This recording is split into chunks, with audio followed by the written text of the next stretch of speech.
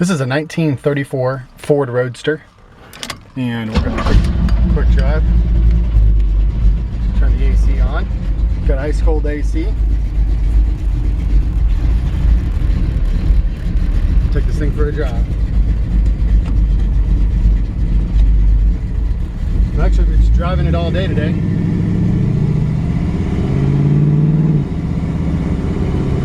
It's got a Chevy 350 V8.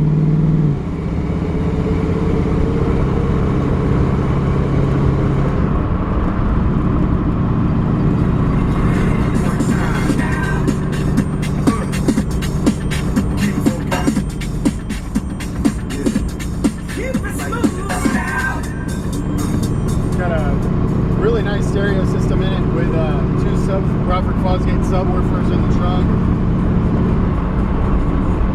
Car runs straight, steers so straight. It's got a Mustang 2 front end. A little shadowy down here. It's going to make it a little tough to see in the video. Everything perfectly clear because of the shadows, but I'm going to do my best. So let's take a look at the outside first, and then we'll come back to the inside.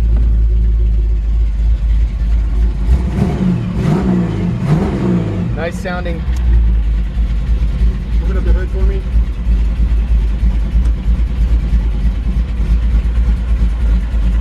Got a really nice sounding exhaust.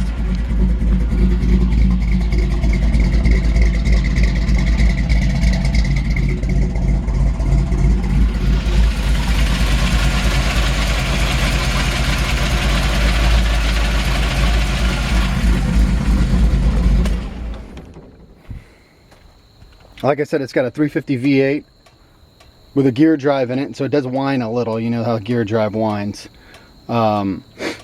Ice cold air conditioning. Go ahead and drop that back down. It doesn't right now have a hood latch. There we go. So, but it does have a little release underneath it. Turn this back on. Power windows. Power window on that side.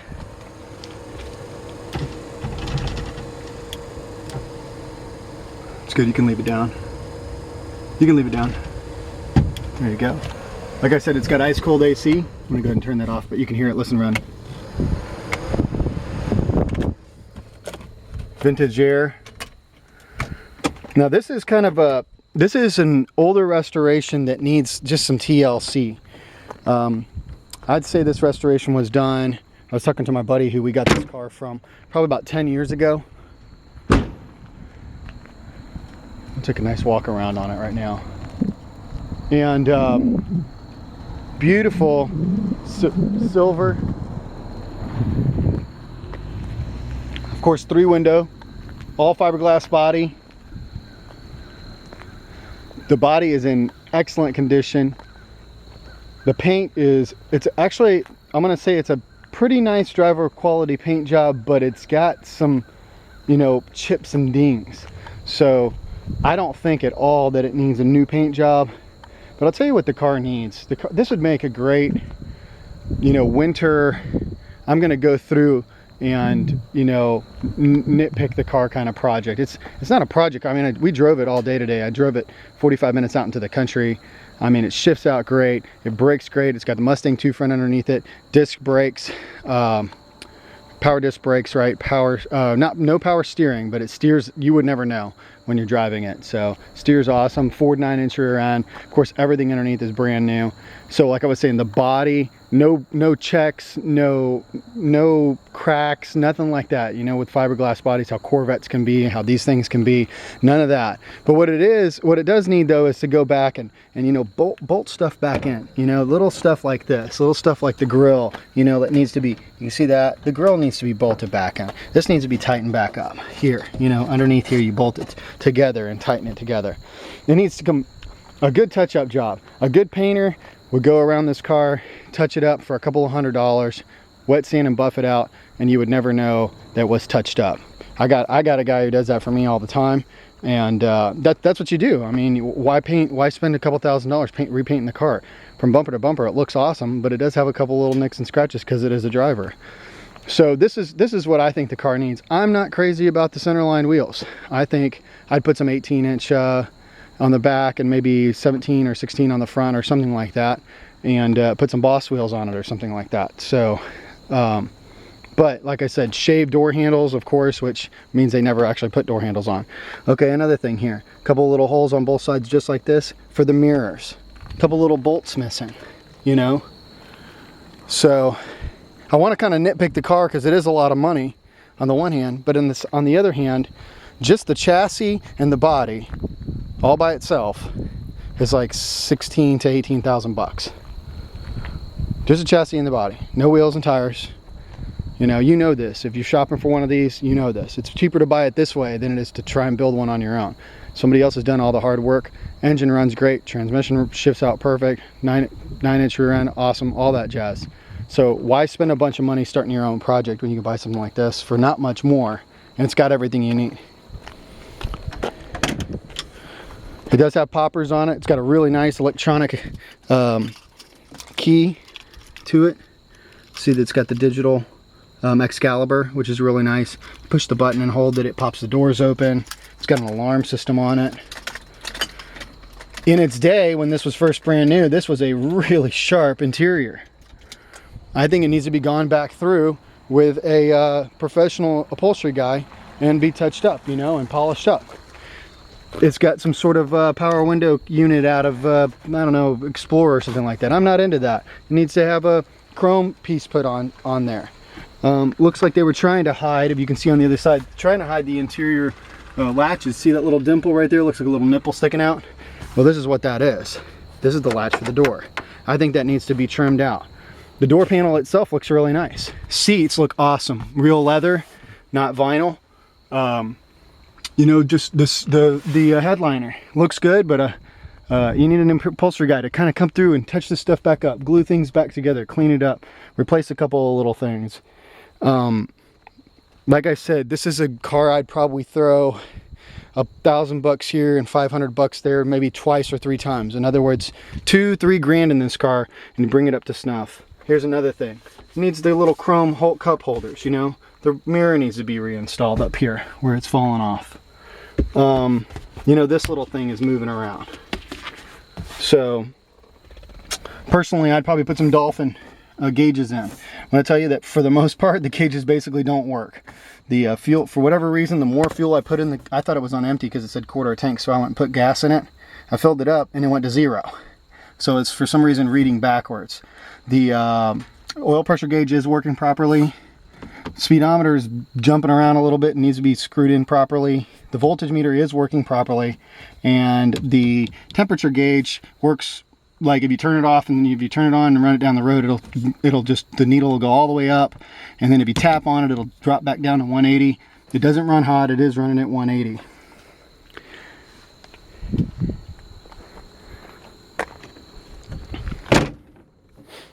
So all that being said, this car's sick, and honestly, we're selling it for, I mean, this is one of those things where people will call me up and ask me, how come you don't put the $2,000 or $3,000 in it yourself and then sell it for $15,000 more? Well, because I don't have time to do that. If I did that with every car, then I'd be stuck on one car all the time. So that's just not what we do. That's not our model. Really nice 10-inch punch subwoofers back here, crank out the tunes. Behind that, you've got nice Rockford Fosgate. Got a really nice, expensive, high-performance Optima battery.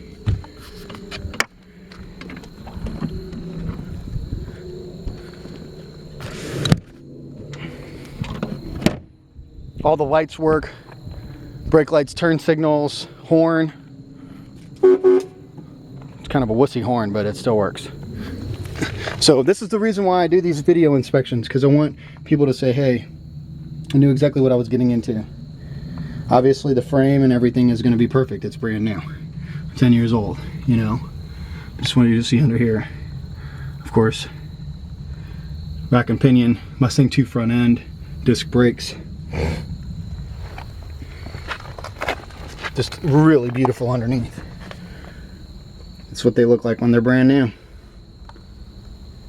Nice Flowmaster exhaust, sounds awesome. You heard earlier, 9-inch rear end, as I said. I believe with posi traction. I want to say, I think when I stomp on it, both wheels spin. Pretty sure it's got posi.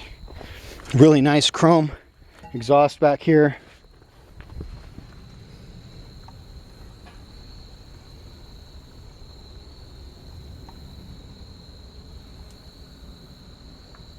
It really wouldn't take much to bring this car up some serious levels. You got the wiring back here for your light for the license plate. So the stereo in it, like I was saying earlier, I don't know if I showed that a lot, but that's a DVD player. It's got navigation. If you pop the nav DVD in, you know, there's a little screw that needs to have the, you know, cover put on it and stuff. The other side's got it. Like I said, just little stuff. I think that this is the car I would be looking at instead of the $50,000 one that you could drive right this minute, enjoy it, be seen in it. It's so much fun to be seen in this car. I mean, that's what it's all about. This is the price of cool right here. Whatever you're paying for cool. And then just you know, little bitty projects along the way. I'm gonna throw some mirrors on it. I'm gonna put the wiper back on. I'm gonna whatever. But overall, you can't beat it. Solid fiberglass body, super nice chassis underneath, leather seats.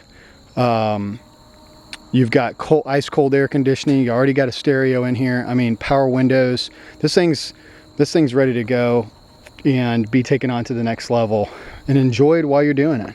So there you have it. 1934 Ford Roadster. Trying to give it a good assessment of what it is, and I think somebody's going to be getting a really great deal on this car. Significantly less expensive than the next one. Whole lot of car for the money.